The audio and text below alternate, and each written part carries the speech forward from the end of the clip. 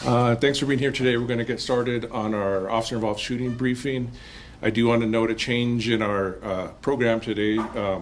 Commander Kyle Hartsock's no longer with us. He has retired from the department. So we have Commander Jeff Barnard's going to be taking over the Criminal Investigations Bureau, has already taken over. And he'll be doing these presentations going forward. Obviously, the commander's been with us for a while and is very knowledgeable about what's going on in this bureau and in his previous bureau. We're going to start off with Chief Medina is going to say a few words about this incident before we actually go through the details. Chief. You know, this incident is just really a reflection of what we're going through as a community and as a state. This individual is very developmentally delayed. He has a lot of concerns that they've been working through over the years.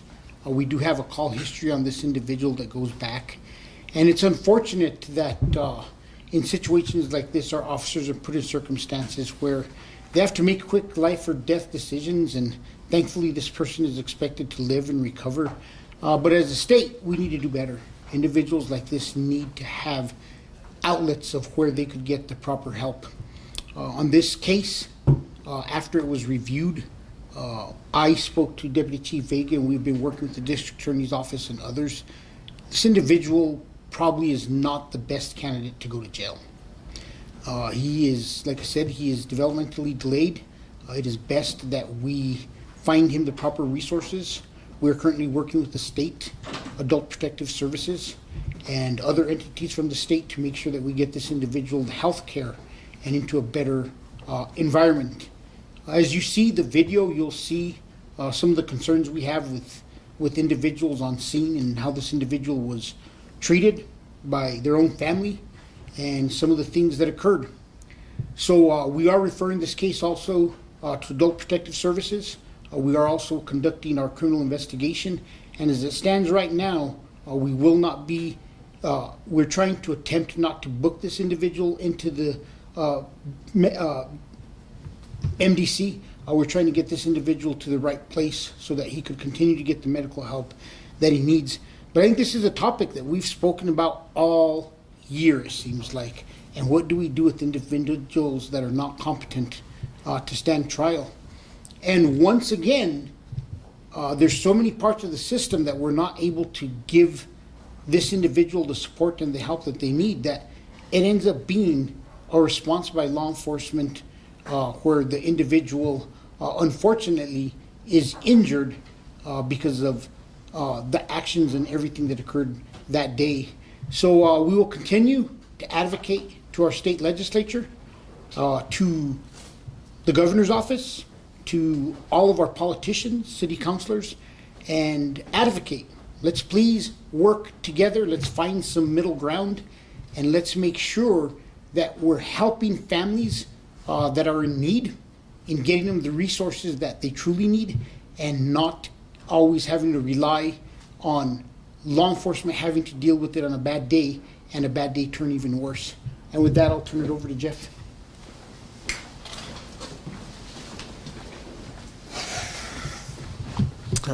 Good afternoon, everyone. I'm Commander Jeff Bernard with the Criminal Investigation Division, which oversees the Multi-Agency Task Force. Today we will be reviewing what we know to this point about officer-involved shooting that occurred on July 4th, 2025 at 2119 South Branch Drive Southwest. The case number for this incident is 2500-54704. This is the 9th officer-involved shooting of 2025. The critical incident community briefing will provide information about a disturbance call officers were dispatched to. Upon approaching the residence, a male exited pointing what was perceived as a handgun at them, which resulted in an officer-involved shooting. You're about to see relevant video footage and photos and learn about other evidence and police procedures related to the case so you can have a better understanding of what occurred. Based on what we know right now, the Albuquerque Police Department conducts very thorough criminal and use of force investigations, which typically require investigators to interview multiple witnesses, review hours of video footage, and analyze a significant amount of forensic evidence. We're still at the early stages of this investigation, which can often take several months to complete. Our understanding of the incident may change as additional evidence is collected, analyzed, and reviewed. We also do not draw any conclusions about whether the officers acted consistently with our policies and the law until all facts are known and the investigation is complete. A word of caution, the images and video may be disturbing. When police officers use force to arrest a subject or defend against an attack, it can be graphic and difficult to watch. In addition, there may be strong language by those shown in the video. In this incident, one officer discharged their duty-issued weapon. Officer Dominic Sanchez, who has been with the Albuquerque Police Department since 2014. He does not have any prior officer-involved shootings. The involved subject in this incident is 21-year-old Jerry Baldonado.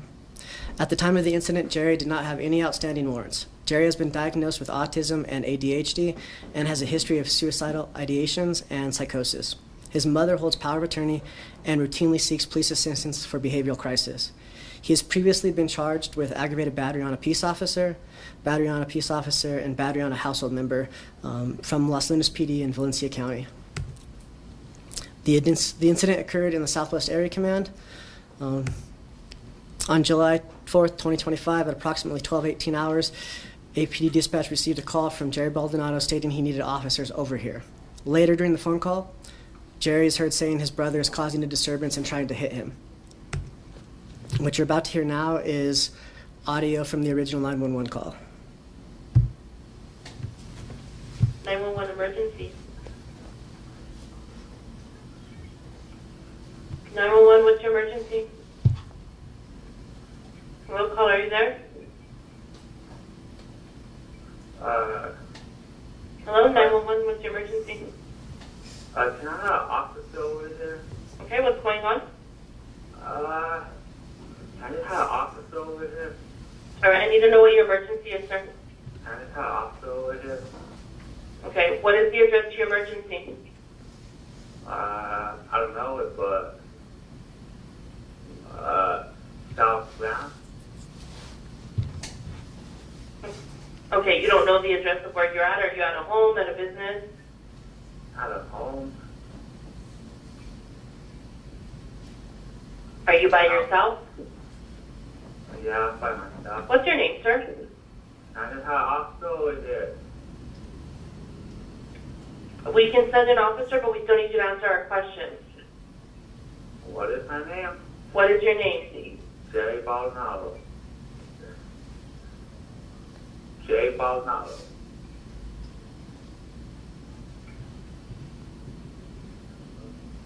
Okay, and how old are you? 21. Who's that talking in the background? Can I have an officer over here?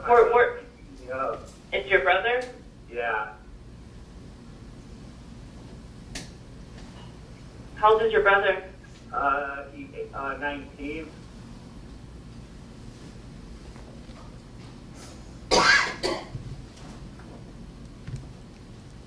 Okay, what's your brother's name? Jared.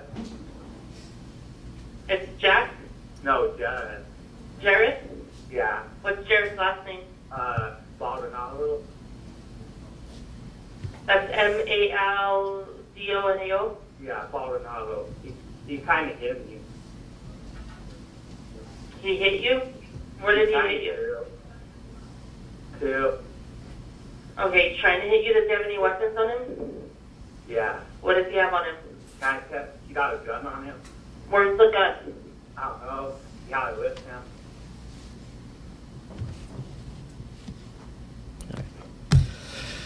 Okay, so next, what you're about to see, this is a clip from Officer Sanchez's OBRD, who discharged his duty-issued firearm. Officer Sanchez stated in his MATF interview, the male came out of the door with a purpose and pointed a gun at his face. I put my hands up to defend myself, backed out as fast as I could, got behind a stucco pillar, and pulled out my handgun. I pointed my gun at him and yelled at him to put the gun down. He continued pointing the gun at me with a smile on his face. I was afraid that the male was going to shoot or kill me. He was not obeying my commands, and I shot him 3 times.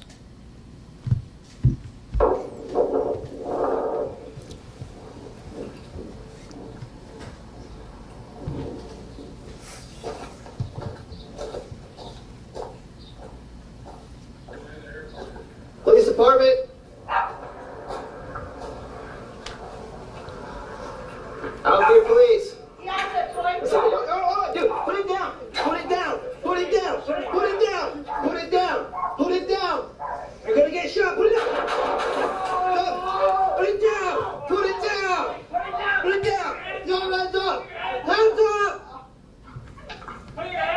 APD 10-3 in the air. Shots fired. Shots fired.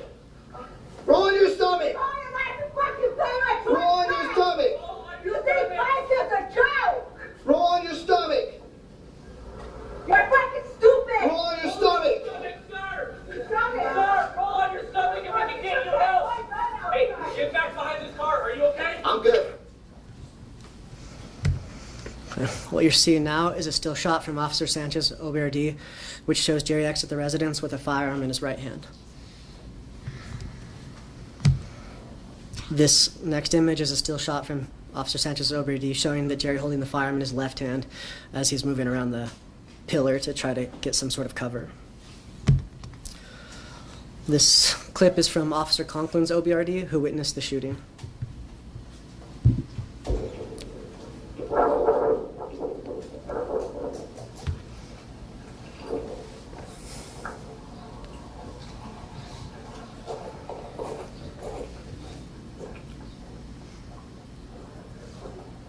Department.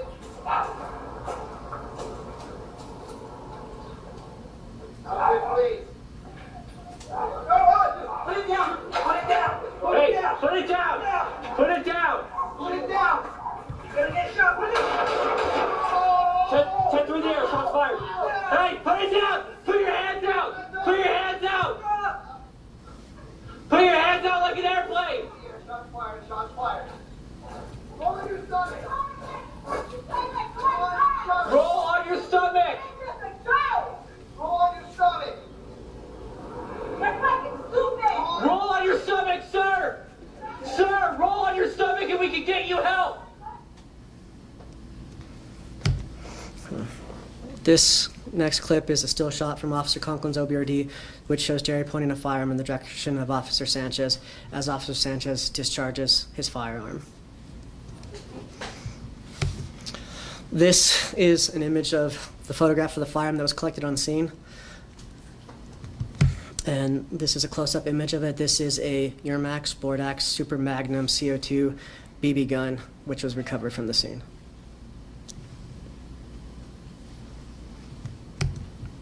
Jerry sustained 3 gunshot wounds, 1 to his right arm, 1 to his abdomen, and 1 to his legs. Medical aid was rendered on scene. Jerry was transported to UNM Hospital and rushed into surgery. Jerry's status is currently stable, and he's expected to be released in the upcoming days or weeks. Detectives have attempted to interview Jerry, but due to his mental health diagnosis, the interview was unable to be completed. Over the next several months, the multi-agency task force will continue to investigate and analyze the incident. Detectives will interview any new witnesses that come forward and complete any forensic tests. After the investigation is complete, the case will be forwarded to the district attorney's office to make any determination of charges. Are there any questions? You know, just a couple of things I want to just touch on is, when I saw the video, it really upset me. Number one, some of the statements made towards this individual, and that's why we've asked Adult Protective Services to get involved. And when you listen to it, you'll hear exactly what I was concerned about. How many people heard the statement at the beginning from a female inside the house? About 1/2 of people who viewed this video have heard the statement or not. She actually yells out, "It's a toy gun," but only half of, but not everybody's hearing it, and obviously the officers in that situation did not hear that come out. But it still puts them in a tough position because the individual comes out with what appears to be a firearm as you look at it, and that's a lot of credence to put into a statement. So I know that there'll always be individuals who question and say, hey, they yelled, he had a toy gun. These officers have to make life and death decisions within seconds, and none of them indicated that they had actually heard the statement been called out. And even if they had heard it, they would have to make that decision, whether they're going to risk their life on the statement they just heard or what they're looking at and what they're perceiving as a deadly threat to themselves. So we will be proceeding through the rest of this case with caution to see what we could do that is the best for this individual given his circumstances. And we will actually be an advocate for this individual to make sure that they get the resources, the proper resources, and the help that they need. And with that, we'll turn it over for questions. Yes, Nick. Did this house have a history with RTC, and was that brief during the call? There was a brief history, but it didn't have a lot of details. We are going through and looking for calls. It seems as though there were previous call histories in Valencia County of the individuals. and there was previous calls at the location, but we had no indication of this individual's mental health condition on the CADs that would have been able to give them a hazard. Yes. How many officer-involved shootings have involved mentally unwell people this year? I don't have that number, but the number I do have, and correct me, Gilbert, if I'm wrong, 9 officer-involved shootings this year and 9 individuals armed with what was perceived as a firearm. And I think at the end of the day, that is the biggest concern we have, is our officers use deadly force on individuals who are armed with firearms. All right? 9 out of 9? Yes. Yeah, so with the Albuquerque Community Safety Initiative, why were they not on the scene? Why were they not, this is something that may have involved them in some way. If you listen to the initial call, the individual indicated that a crime had occurred. My brother hit me, and he did indicate to dispatchers he's armed with a gun. So given those two factors, it would be completely inappropriate and unsafe for us to dispatch Albuquerque Community Safety. Yes? What was the family response when officers talked to them after this all went down? I don't have the exact details. Obviously, I would suspect it would be a balance of excitement, disappointment, fear, and anger. Are there mental health professionals that would ever be dispatched in situations like this to help officers? When we have situations like this, we do have specially trained officers that are trained through APD. All officers are CIT certified. We have some that are enhanced CIT certified, and we had further history or known that this was the case. But just remember, it also becomes very complicated for officers. They have received information that there is a brother inside the home armed with a gun. It's on the call. A male rushes out immediately. It would have been really tough for officers to distinguish between who the individual was with the mental health concerns, because all they're seeing is somebody coming out quickly with a firearm. And I bet 99 out of 100 people would assume that it was the brother that was committing the crime and the assault on the brother that was armed with a firearm. Can you take us through the adult protective services, how that goes? COIFD is like different, but what does adult go through? We reached out to the governor's office yesterday, asked for assistance. A few people called us because I didn't see the video in its entirety until yesterday. And I spoke to them through the night and through the morning. They've been working with us to try to get this individual to a facility that would be able to help him finish healing and give them the time to do what they need to do to make sure that he's in a good, safe environment back at home. Due to the very nature of the original call and some of the stuff that we all heard on there during the course of this incident. So it's kind of like CYFD, but for adults. And they have a lot of the same powers and able to get people to make sure that they're safe in their environments.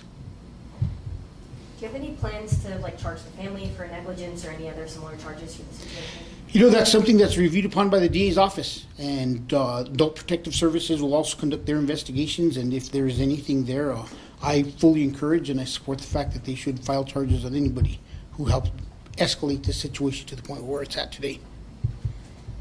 I know you mentioned kind of the issue with they not being competent to stand trial, and just as it relates to this specific case and what we could do when it comes to our laws.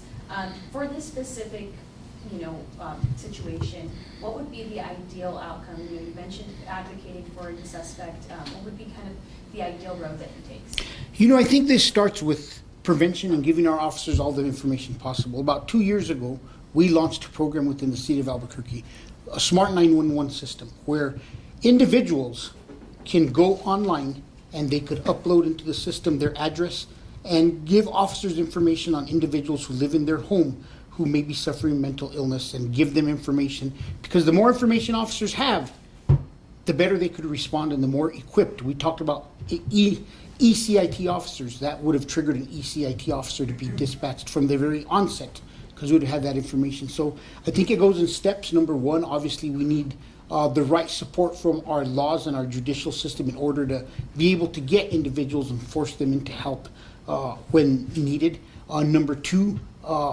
families being educated and learning about Smart 911 and inputting, taking the time to input that information so officers have more information at the time. And you know, the last part is, as this has already occurred, making sure that we're doing everything we can to ensure that this individual is returned home to a safe environment, and ensuring that they're given the support as a family unit to make sure that the family has a means forward to go forward successfully, and ensure that when crises occur that they're best equipped to deal with them within the home before they need to call law enforcement. Yes, Mark? Chief, immediately after the shooting, the mother, she yells, "You're fucking stupid." Who was she talking to? You know, Mark, that was a very disappointing statement to me and to most of the officers who were in the room, and that is what triggered my response in ensuring that Adult Protective Services was notified. I don't know who it was, but it does warrant us looking into. How many officers are currently on paid leave for an officer-involved shooting? For this one, Just in general? I don't think we have any right now, do we? Is everybody One's returned? This one. No, I think everybody's returned. Him as well? Yes. Okay. It's generally not a long time frame. Any other questions? On that note, Chief, you had mentioned on one of the last OISs that I think the recruit wasn't back to full duty yet. Is he back to duty yet? They should, I think everybody, I'll double check, Gilbert will send an update, but I think everybody's back to duty at this point of, do you know, Luke? He just 2 days? Oh, one more comebacks in 2 days, so there's one on leave? He's going back to OJT because he was on OJT. Oh, he's going back to OJT? He's going back to training. He's good to go. Okay. Great, thank you. And Chief, the last officer involved shootings are still on leave that just occurred. Okay, they're still on leave on the last one. A question. You mentioned in the beginning that this is the 9th OIS of the year where officers confronted an individual with what was an item that perceived to be a weapon. So of course we now know that this one was a BB gun. Is this the only one out of the 9 where the weapon was not a firearm, or is it? Yes. Okay. This is the only one. I have to look over to Gilbert to make sure. There's actually, Good there's thing one I- other one we'll brief next week probably, but so 10 total, 9 were the firearm, 1 was with this BB gun. Gotcha. Okay. Thank You you. gotta rely on Gilbert and our detectives in the back to save me sometimes. Thank you, guys. Anything else? You know, I just want to thank all the detectives in this room. You talked about it. There's been 10 officer-involved shootings.